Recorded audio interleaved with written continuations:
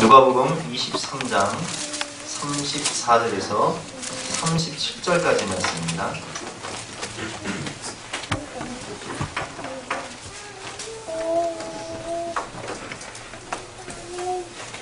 이에 예수께서 이르시되 아버지 저들을 사하여 주옵소서 자기들이 하는 것을 알지 못함이니이다 하시더라. 그들이 그의 옷을 나눠 제비 뽑을세 백성은 서서 구경하는데 관리들은 비웃어 이르되 저가 남을 구원하였으니 만일 하나님이 택하신 자 그리스도이면 자신도 구원할지어다 하고 군인들도 희롱하면서 나와 신 포도주를 주며 이르되 내가 만일 유대인의 왕이면 내가 너를 구원하라 하더라. 아멘. 너무 힘들지만 꼭 해야 할 용서라는 제목으로 본 말씀 의지해서 함께 은혜를 나누도록 하겠습니다. 지금은 사순절 기간이죠. 사순절 기간이라 제가 사순절 주님의 십자가 고난을 묵상할 수 있는 그런 예수님의 십자가의 가상 치던 말씀을 계속 하고 있습니다. 우리가 먼저 여자여 보소서 아들이니이다 라는 말씀을 통해서 예수님께서는 십자가에 못 박힌 그 고통 가운데서도 어머니 마리아를 생각하시고 또 기도하시고 사랑하는 제자 믿음이 좋고 또 성령이 충만했던 요한에게 맡기셨다라는 것을 배웠고요. 두 번째로 내가 목마르다 라는 말씀을 통해서 우리 이 마음속에는 죄와 탐욕의 연가시, 사탄마귀가 준 연가시와 같은 존재가 있어서 우리는 세상 것, 죄와 쾌락에 목이 마르다. 그러나 예수님께서는 사탄마귀가 우리에게 준 그 목마름, 세상의 목마름, 죄의 목마름, 쾌락의 목마름, 사탄마귀는 우리 하여금 이 세상에서도 목마르게 하고 영원한 지옥에서도 목마르게 하지만 예수님께서 십자가에 못 박혀 죽으심으로 목마르심으로 우리의 목마름을 담당하시고 우리에게 영원한 성령의 생수강을 주시고 또 저 영원한 하늘나라에서도 영원한 생명수 시냇가를 우리에게 허락하신다라는 말씀을 배웠습니다. 오늘은 예수님께서 십자가에 달렸을 때 가장 첫 번째로 하신 말씀 아버지 저들을 사하여 주옵소서라는 누가복음 23장 말씀을 본문으로 해서 제가 설교를 하도록 하겠습니다. 오늘 설교 제목 같이 한번 읽어보도록 하겠습니다. 시작. 너무 힘들지만 꼭 해야 할 용서. 저는 한 주간 설교 준비를 하며 하나님 말씀을 묵상하는데 설교 준비가 너무 힘들었습니다. 왜냐하면 저 자신이 용서하는 것이 너무 힘들고 또 용서하고 싶지 않은 그런 사람들이 많이 있기 때문에 설교 준비하는 것이 힘들었습니다. 우리가 용서하지 못하는 사람들은 주로 어떤 사람들입니까? 평생 잊을 수 없는 상처를 받아서 그 사람만 생각하면 자다가도 벌떡 일어나서 이가 갈리고 분노가 치는 그 사람. 정말 믿었는데 나를 속이고 배신해서 나에게 엄청난 아픔을 주고 금전적인 손실을 주어서 그 사람 때문에 지금 내가 이렇게 힘들고 살고 있는데 어떻게 그 사람을 용서할 수 있겠습니까? 나는 아무런 잘못도 하지 않았는데 나에게 누명을 씌우고 고통을 주고 고통을 준 그 장본인은 잘 먹고 잘 사는 모습을 보면 우리가 어떻게 용서할 수 있습니까? 우린 그런 사람들 보면 이런 생각을 하죠. 제발 좀 망했으면 좋겠다. 번개로 내려치면 아이고 그 사람 안 만나. 병이라도 안 들리나? 이런 생각을 해요. 그게 우리의 솔직한 마음이에요. 그런데 오늘 예수님께서는 우리에게 너무 힘들고 또 어렵더라도 꼭 해야 할 일이 있다. 그것은 바로 용서다라고 말씀을 하고 계십니다. 예수님은 십자가에 못 박혀 죽으실 때 자신을 못 박아 죽인 모든 사람들 대상으로 기도하시고 용서하신 본을 보여주시면서 내게 용서를 하라고 말씀을 하고 계십니다.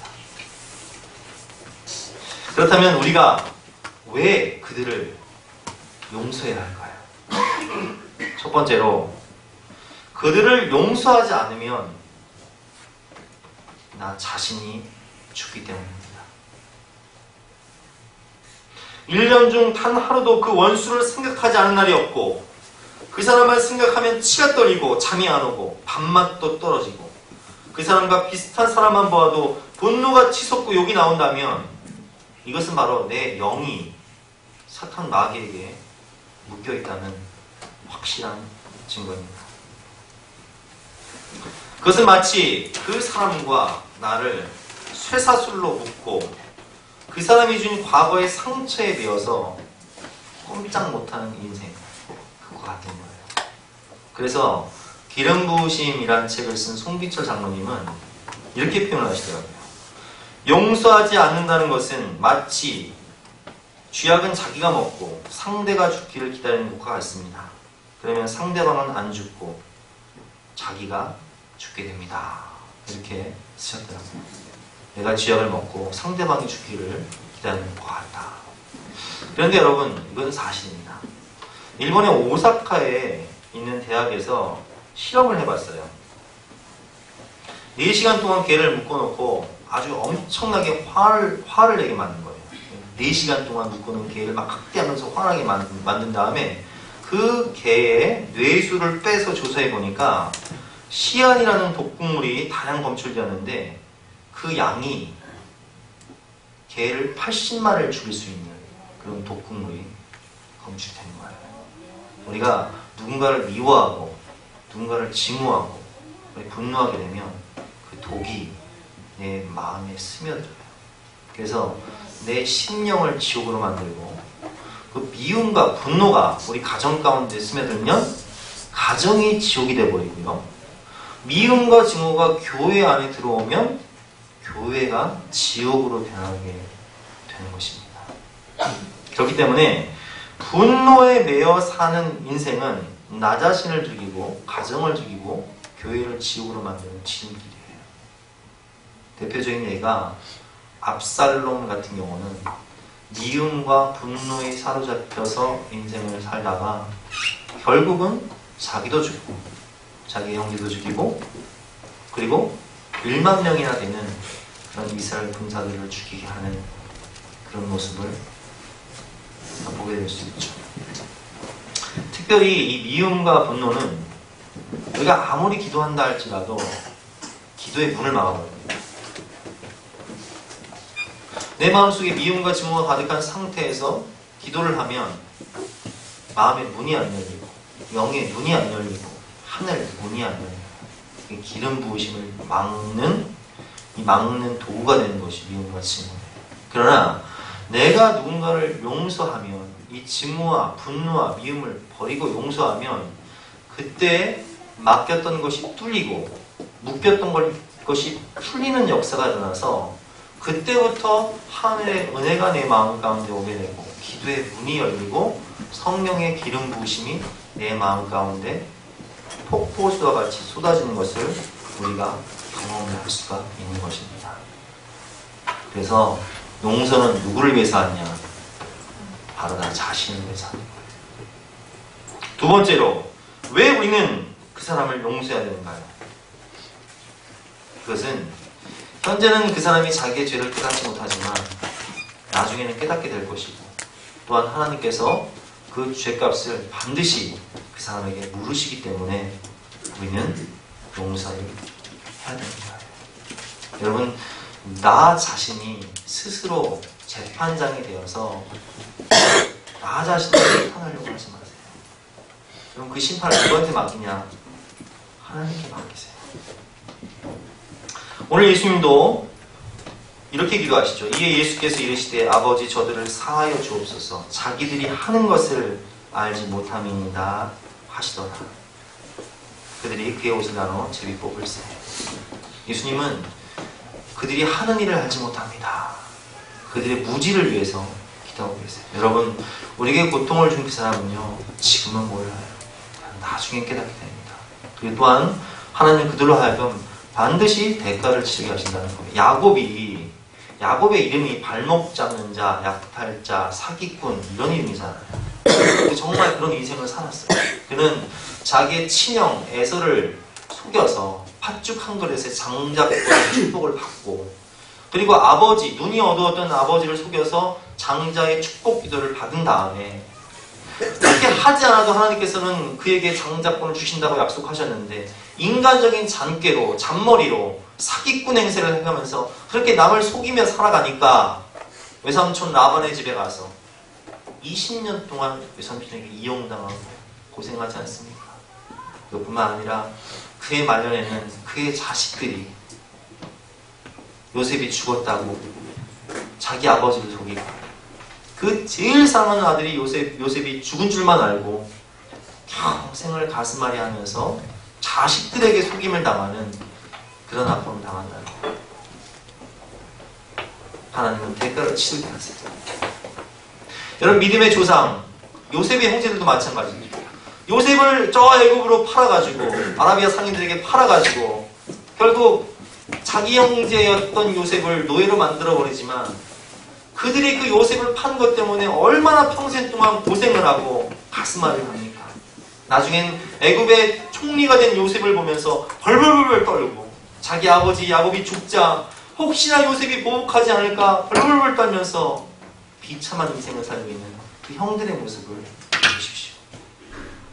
다윗도 밧세바를 간음하고 나쁜 짓을 저질렀을 때 하나님께서는 다윗을 용서하는 의미로서 아들 솔로몬의 이름을 여디디야, 하나님께 사랑받는 자라는 이름으로 솔로몬을 주시고 그들을 용서하시지만 그 대가는 치르게 하세요. 그래서 나단 선지자를 통해서 너의 집에 칼이 끊이지 아니할 것이다 라고 말씀하셨기 때문에, 결국 그 일 때문에 압살롬 사건이 일어나서 압살롬이 반역하고 형제를 죽이고 집안에 큰 풍파가 오는 것을 우리가 볼 수 있지 않습니까? 여러분, 여러분을 가슴 아프게 한 그 사람, 지금은 깨닫지 못하지만 하나님께서 반드시 그 대가를 치르게 하시기 때문에 여러분들 스스로가 원수 갚으려고 하지 마세요. 그 원수를 하나님께 맡기세요. 그리고 악을 선으로 이기시기를 주님의 이름으로 축원합니다. 우리 하나님은 정의의 하나님이십니다. 그 죄값을 이 땅 가운데 치르게 하시든지 아니면 죽어서라도 저 나라에서 반드시 치르게 하시는 분이세요. 로마서 12장 19절에 이런 말씀이 있습니다. 제가 읽어드리겠습니다. 내 사랑하는 자들아, 너희가 친히 원수를 갚지 말고 하나님의 진노하심에 맡기라. 기록되었을 때 원수 갚는 것이 내게 있으니 내가 갚으리라고 주께서 말씀하시니라. 내 원수가 주이거든 먹이고 목마르거든 마시게 하라. 그리함으로 내가 숯불을 그 머리에 쌓아놓으라. 악에게 지지 말고 선으로 악을 이기라. 아멘. 세 번째로 우리가 그 사람들을 용서해야 될 이유는 무엇이냐? 그것은 바로 주님께서 죄인된 우리를 용서하셨기 때문입니다. 오늘 예수님께서는 누구를 용서하시나요? 그토록 믿었지만 은 30에 자기를 팔았던 사람입니다.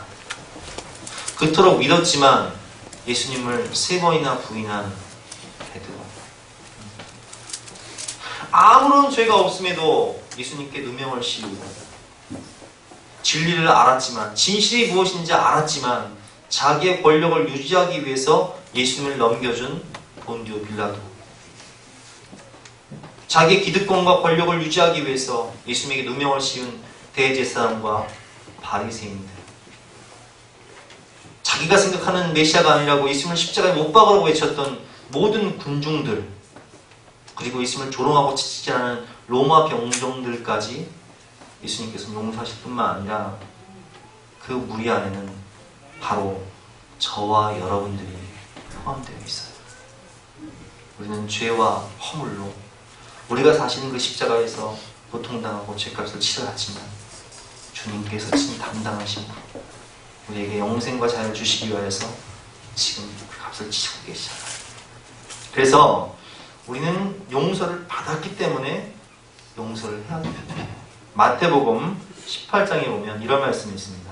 그때 베드로가 나와 이르되 주여 형제가 내게 죄를 범하면 몇 번이나 용서하여 주리까?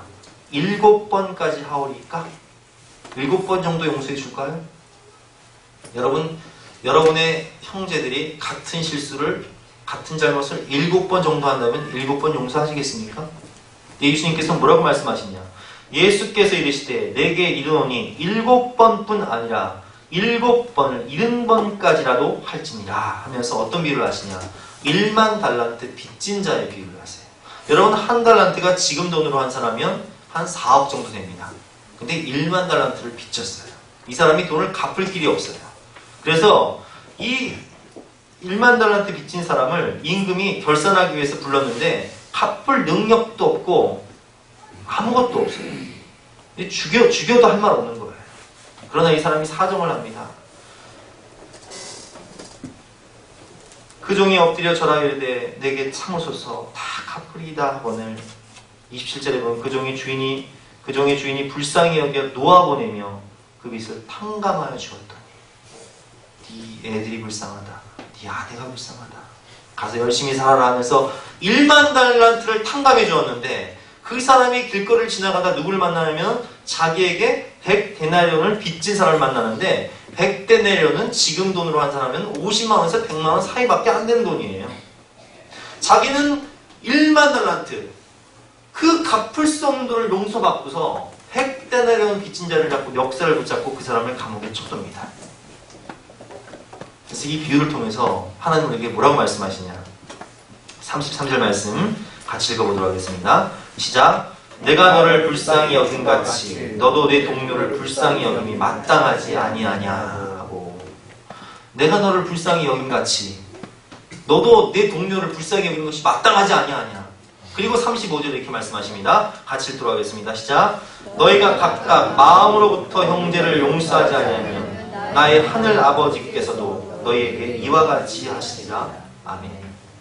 그래서 저는 저에게 금전적인 손해를 입히거나 믿었던 사람이 발등을 찍을 때, 그 사람 때문에 잠 못 자고 밥 못 먹을 때마다 내가 주님 십자가 앞에서 어떤 은혜를 받았는지, 어떤 죄사함을 받았는지를 묵상하고 생각을 해요. 그래, 하나님은 나 같은 죄인도 살려주셨는데 주님이 나를 용서하셨기 때문에 나도 그 사람을 용서하자, 이렇게 결단을 합니다. 특히 여러분, 용서는 내가 남을 용서해야겠지만 제일 중요한 용서가 있어요. 그게 뭔지 아세요? 내가 나 자신을 용서하는 거예요. 여러분들은 죄와 허물이 많은 인생이기 때문에 내가 저지른 죄, 내가 범한 실수, 그것 때문에 다른 사람에게 상처 주고 또 나 자신과 가족들에게 상처 준 그런 아픔들이 있어요. 그 죄 때문에 예수님이 십자가에서 못 박혀 죽으셨고 죄값을 치르셨고 이제는 자유하라 말씀하세요. 여러분, 그 아픔과 그 죄와 허물에 매이지 마시고 여러분 스스로가 여러분 자신을 용서하심으로 하나님이 주신 자유와 은혜를 누리시기를 주님의 이름으로 축원합니다. 자, 우리는 왜 용서해야 되는지 세 가지를 배웠어요. 그렇다면 구체적으로 어떻게 그들을 용서할 수 있을까?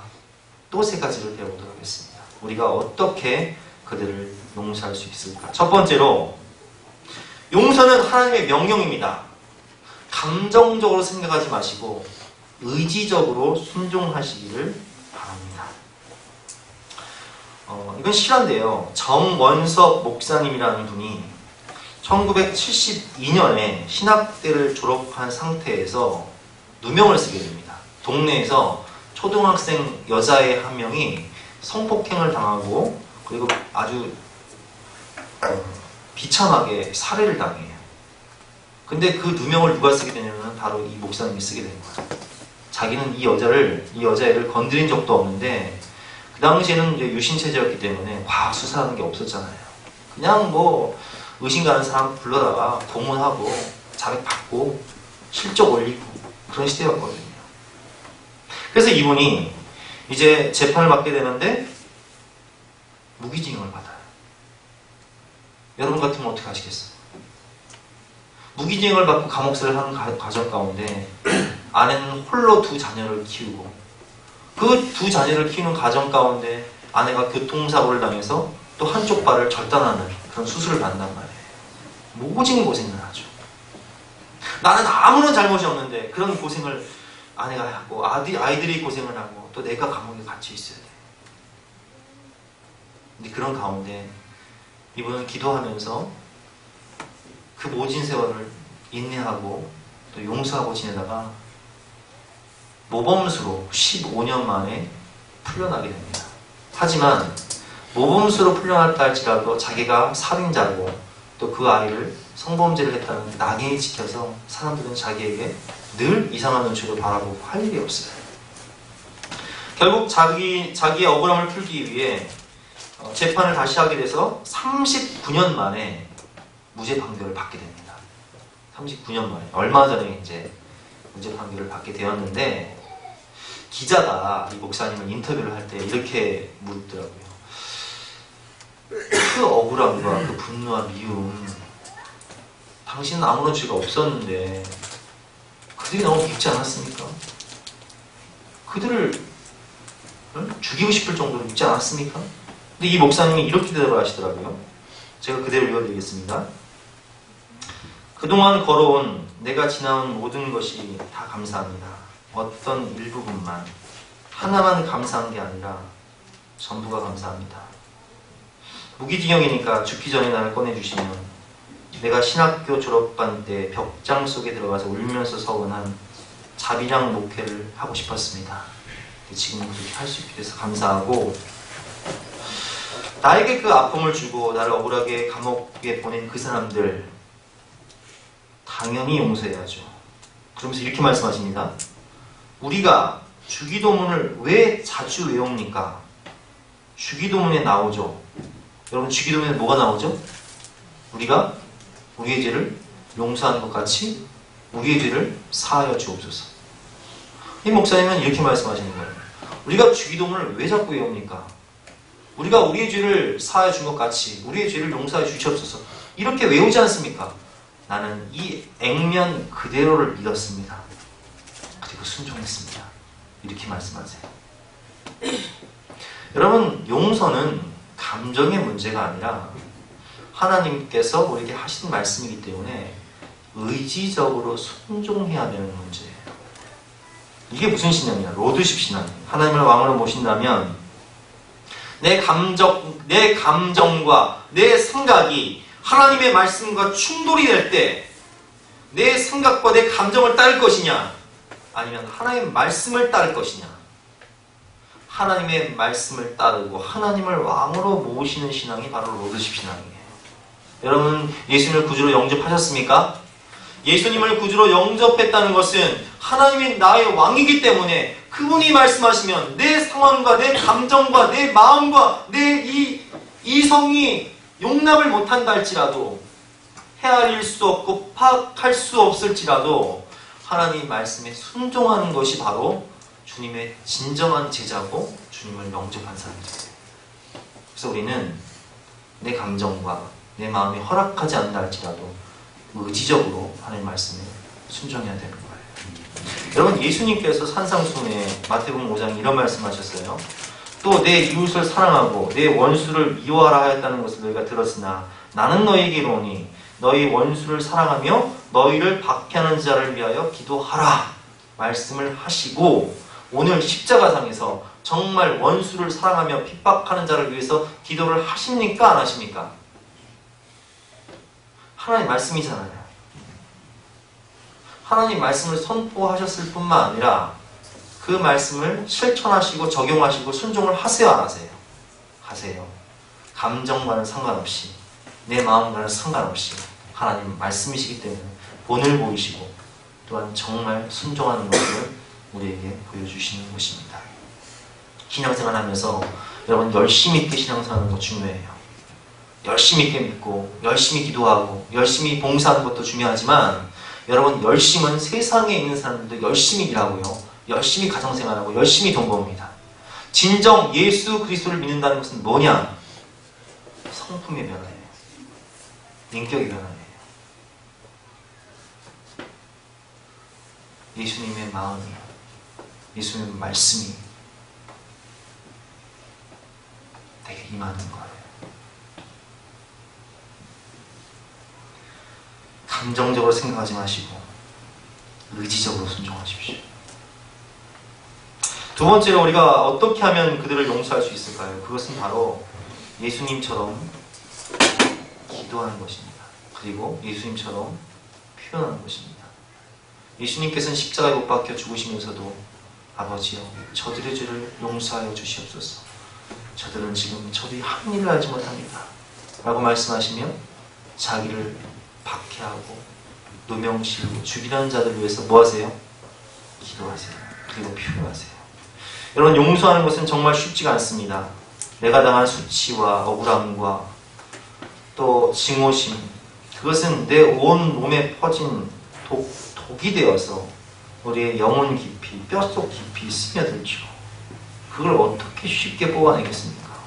증오, 미움, 분노를 독처럼 스며든, 내 마음속에 스며든 이것을 어떻게 쉽게 뽑아내냐고요. 그것은 처절하게 하나님 앞에 눈물 흘리면서 솔직하게 토설하고 오랜 시간 고백할 때에 하나님께 온전히 그 모든 마음의 상처와 슬픔을 맡길 때에 진정한 치유와 회복이 일어나게 되는 거예요. 한 여성 성도님이 계셨어요.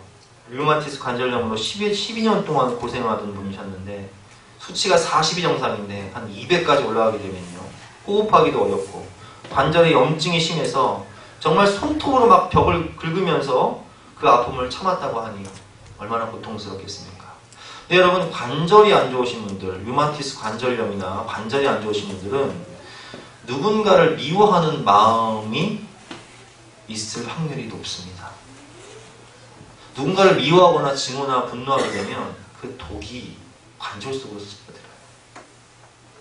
근데 이 자매님도 그런 말씀을 듣고서 기도를 하면서 그럼 내가 누구를 미워하나 곰곰이 생각해 보니까 기도하는데 한 가지 영상이 떠올라요.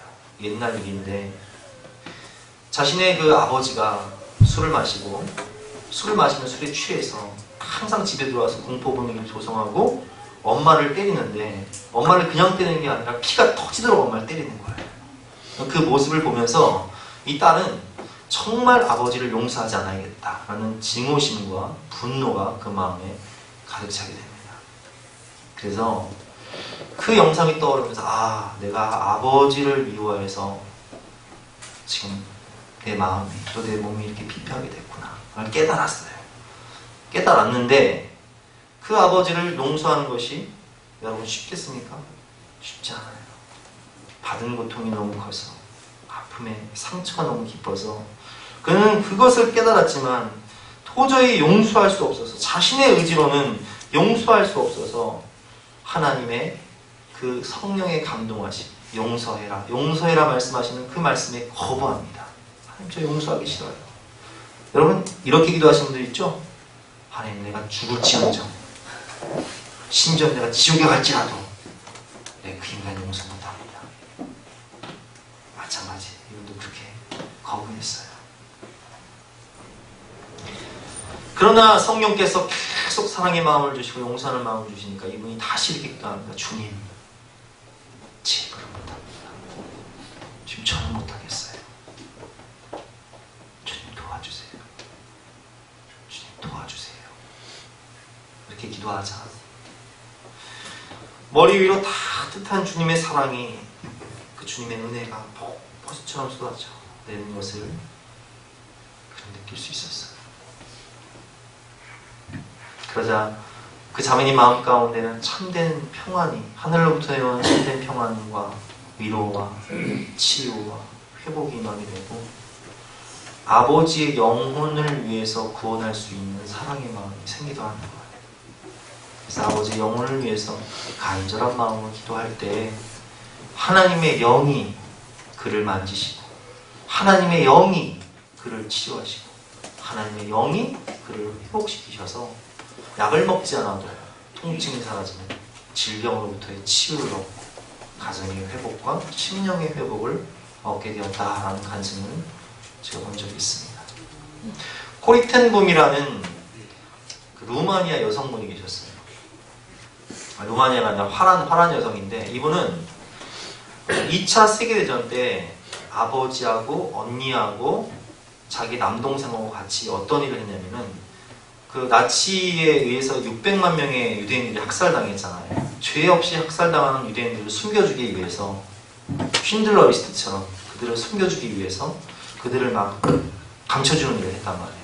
근데 그것이 나치에서 발각이 돼서 이 사람들은 화난 사람이었음에도 불구하고 수용소로 끌려가서 고문을 당하다가 아버지는 죽고 남동생도 죽고, 그리고 언니와 자기는 성적으로 폭행을 당하고 몹쓸 짓을 가당한 다음에 결국 언니도 비참하게 죽고 자기만 살아남았어요. 그러나 그는 감옥에서 하나님의 은혜를 경험한 다음에 하나님께서 이렇게 말씀하시죠. 너는 화평의 사람이 되어서 이 민족과 세상을 치유하라. 그래서 유럽과 북미 전역을 돌아다니면서 집회를 하는데, 성령께서 감동하시기를 네가 정말 복음을 전해야 할 곳은 너에게 아픔을 준 그 원수의 땅 독일로 가서 복음을 전해라. 용서와 화해를 선포해라. 그래서 하나님의 말씀에 순종해서 함부르크라는 도시에 가서 집회를 하게 되었는데, 근데 집회가 끝나고 사람들을 위해서 기도해야 하는 중에 어떤 남자가 코트를 딱 입고 걸어오는데, 수영이 덥수룩한 모습으로 걸어오는데, 보니까 누구냐면은 자기를 성폭행하고 언니를 고통스럽게 죽였던 그 간수가 걸어오는 거예요.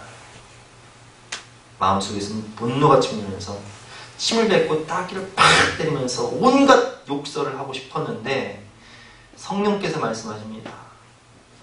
그를 용서해라. 그를 축복해라. 코리 여사는 마음으로 하나님께 말합니다. 하나님 못해요. 내가 저 잔인한 인간 때문에 어떤 고통을 당했는지, 우리 언니가 어떻게 죽었는지 하나님 아시잖아요. 그때 주님은 말씀하십니다. 십자가를 바라봐라. 내가 십자가에서 나를 핍박하고 죽인 그 사람들을 용서했던 것 같이 너도 그를 용서해라. 그는 자신의 감정과 상관없이 의지적으로 하나님 말씀에 순종합니다. 기도하고 순종합니다. 그리고 그 사람에게 묻죠. 나를 기억하시냐고. 당신이 나에게 어떤 짓을 했는지 아시냐고. 그러나 나는 당신을 위해서 축복하고 기도하느라고 이렇게 기도를 해요. 여러분, 이런 그 기도를 통해서 어떤 일이 벌어진지 아십니까? 예수님께서 배신자 베드로를 위해서 축복하며 기도할 때 베드로는 세상을 바꾸는 위대한 종으로 쓰임받죠. 스데반이 돌에 맞아 순교하면서 이렇게 기도합니다. 예수님께서 오늘 기도하신 이 본문 똑같이 기도해요. 아버지여, 저들의 죄를 용서하여 주시옵소서. 저들은 지금 자기가 하는 일을 알지 못합니다 하면서 그들을 위해서 용서하고 기도할 때 그 가운데 여러분 누가 있었는지 아세요? 바로 세상을 변화시킨 위대한 사도, 신약 성경에 반이상을 쓴 사도 바울이 그 자리에서 사실은 스데반을 죽이는 그 주동자였거든요. 근데 그가 변화돼요. 여러분, 우리가 용서한 그 사람이요, 나의 용서와 사랑을 통해서 세상을 변화시키는 위대한 인물이 될 것을 믿으시기 바랍니다. 사실 하나님께서 사용하신 사람들은요 다 죄인이었어요. 모세도 살인자였고, 다윗도 가늠한 사람이었고, 베드로도 배신자였고, 사도 바울도 마찬가지죠. 핍박자, 회방자였죠. 그 영화 레미제라블 장발장을 보면 장발장도 마찬가지지 않습니까? 그가 빵을 훔쳐서 19년 동안 감옥살이 하다가 세상 밖으로 나오지만 죄수라는 그런 범죄자 경력이 있기 때문에 받아주는 데가 없어요. 결국은 수도원에 들어가서 미리엘 신부님을 만나서 용수가 대접을 받고 잠자리와 먹을 것을 제공받는데, 거기서 뭐예요? 그릇 훔쳐 나오거든요. 금그릇 감그릇 훔쳐 나오다가 경찰에 붙잡히는데, 경찰이 이거 누구한테 누구 거 훔쳤냐, 이제 미리엘 신부님 데리고 갑니다. 그 신부님이 장발장을 보면서 뭐라고 얘기해요? 아, 이 사람은 이 은초 때는 왜 안 가져갔냐고, 이거 내가 준 선물인데 왜 안 가져갔냐고 하면서 용서해 주잖아요. 장발장도 그 용서를 받고 나중엔 정말 훌륭한 사람이 되어서 훌륭한 시장이 되고 또 사업가가 되고 나눠주는 보좌가 되어서 세상을 변화시킨다는 내용의 소설이 내미제하고 있습니다. 여러분, 여러분들이 용서한 그 사람이 정말 위대한 신앙의 인물이 될 것을 믿으시기 바랍니다. 보통 누구를 미워하냐? 성경을 보면 마가복음 10장에 이런 말씀이 있습니다. 사람의 원수가 자기 식구니라. 누가 원수예요? 남편이 원수고 자식이 원수고 부모가 원수고 사람의 원수가 자기 식구니라는 말씀이 있어요. 여러분, 근데 여러분들이 남편을 용서하면요 어떤 일이 벌어지는 줄 아세요? 자, 제가 지금 뭐라고 말씀드렸어요?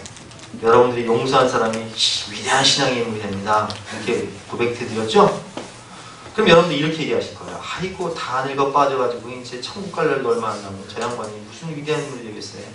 이렇게 이제 얘기하실 수 있는데,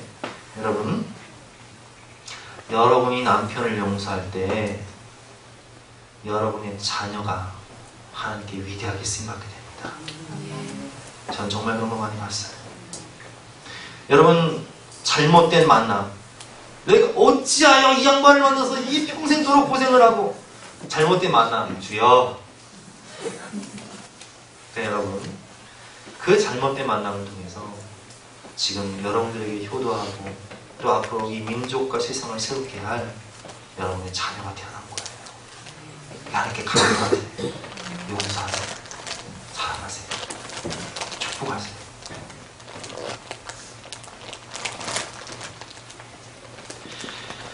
여러분, 용서는 내 힘으로는 불가능합니다. 주님의 십자가를 바라보고 주의 말씀에 순종하며 하나님의 영이 내 마음 가운데 임할 때 그 영혼이 불쌍해지는 거예요. 그 영혼을 사랑하는 거예요. 자, 이제 적용과 결단으로 넘어가서 그러면 구체적으로 어떻게 용서하고 누구를 어떻게 용서하시겠습니까? 저는 사실 제 인생 가운데 저에게 큰 손해를 입혔거나 저에게 큰 마음의 아픔을 준 사람들은요 이미 옛날에 다 용서를 했어요.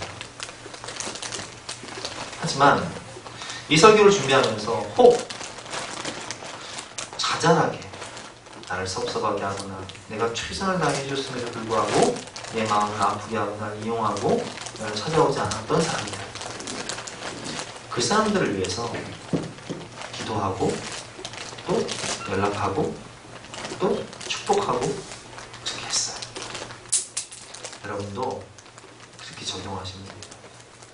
이 한 주간 나의 마음을 아프게 하고 평생 잊을 수 없는 아픔과 상처를 준 그 사람을 위해서 기도하시고 의지적으로 순종하기 위해서 그 사람에게 문자를 하시든 편지를 하시든 전화를 하셔서 내가 당신을 위해서 기도했노라고 당신을 축복한다고 그렇게 적용하시면 여러분들에게 막혔던 하늘의 문이 열리고 은혜의 문이 열리고 성령의 기름 부으심이 하나님의 능력과 사랑과 놀라운 하나님의 역사가 여러분 가정 가운데, 자녀 가운데, 인생 가운데 임하게 될 것을 되시기 바랍니다.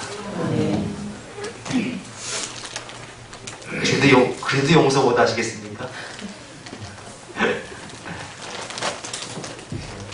내 힘은 안 돼요. 기도하세요. 하나님이 하실 수 있다고 내어드리면 하나님께서 하실 것입니다. 우리 함께 낮은 해처럼 밤의 날처럼 주님의 사랑을 생각하면서 찬양하고 기도하도록 하겠습니다.